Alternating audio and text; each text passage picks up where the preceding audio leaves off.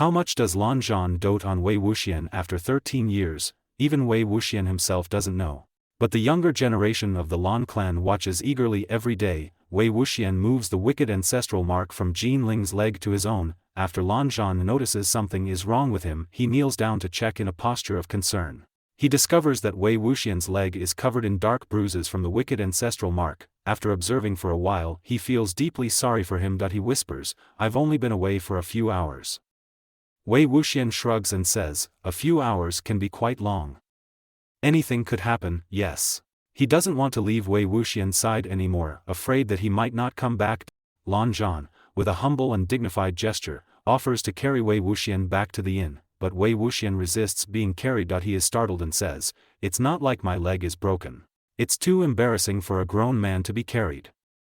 However, Lan Zhan doesn't find it embarrassing at all. He only remembers that Wei Wuxian had carried him in the same way before. He simply wants to carry him too. After a moment of stalemate, regardless of Wei Wuxian's protests, Lan Zhan lifts him up by his knees and carries him back to the inn. They attract a lot of attention along the way. When they reach the inn, Lan Zhan gently places Wei Wuxian down, which shocks Nie Huaisang, who is nearby, but Lan Zhan doesn't care about others' opinions at all now. He only cares about one person. Even if it means standing against the young disciples of various clans, he would stand by Wei Wuxian without hesitation. Inside the burial mounds, where the various clans are trapped, Wei Wuxian turns to Lan Zhan beside him and says, "I want to do something. Will you accompany me?" Lan Zhan gazes at him intently and firmly replies, "I will." Wei Wuxian smiles, takes off his black robe and buries his head in his blood-soaked half-red white garment. He starts drawing demonic symbols, using his own body as a torch to light the way.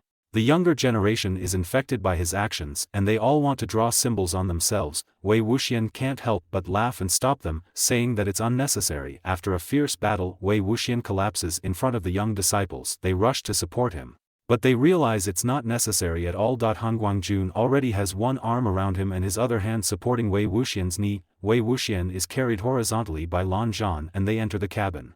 Lan Zhan takes out a handkerchief and gently wipes away the dried blood on Wei Wuxian's face. The young disciples find it intriguing. The legendary Yiling patriarch actually fell because of dealing with the walking corpses, and Lan Zhan, holding the person in his arms emotionlessly, says, "He's tired.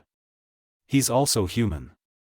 Yes, they are all human, and humans get tired too. Suddenly, Wei Wuxian furrows his brow and leans towards Lan Zhan, calling his name. Lan Zhan gently straightens his head and with a calm expression, he answers, "I'm here." The young disciples are overjoyed, thinking Wei Wuxian has woken up, but little do they know his eyes are still closed. Then, as if feeling at ease, he nuzzles against Han Guangjun's embrace. A few bewildered disciples notice that something isn't right. They feel the sudden rise in temperature and realize the cabin can't accommodate a third person. Blushing, they leave the cabin, and as the cold wind blows, the shy feeling in their hearts dissipates.